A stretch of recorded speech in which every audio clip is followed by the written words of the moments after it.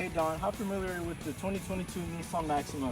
There's three trim levels to this vehicle. There's the SV, SR, and the highest trim they have is a Platinum like the one I have here today.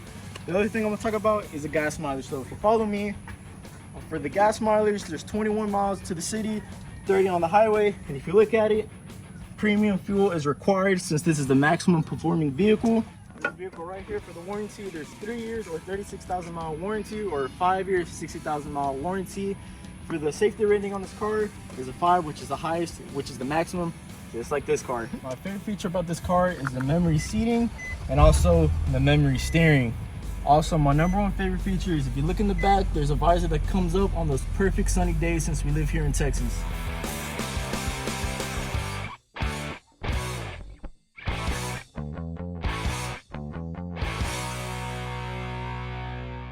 And that's what this 2022 Nissan Maxima can offer you.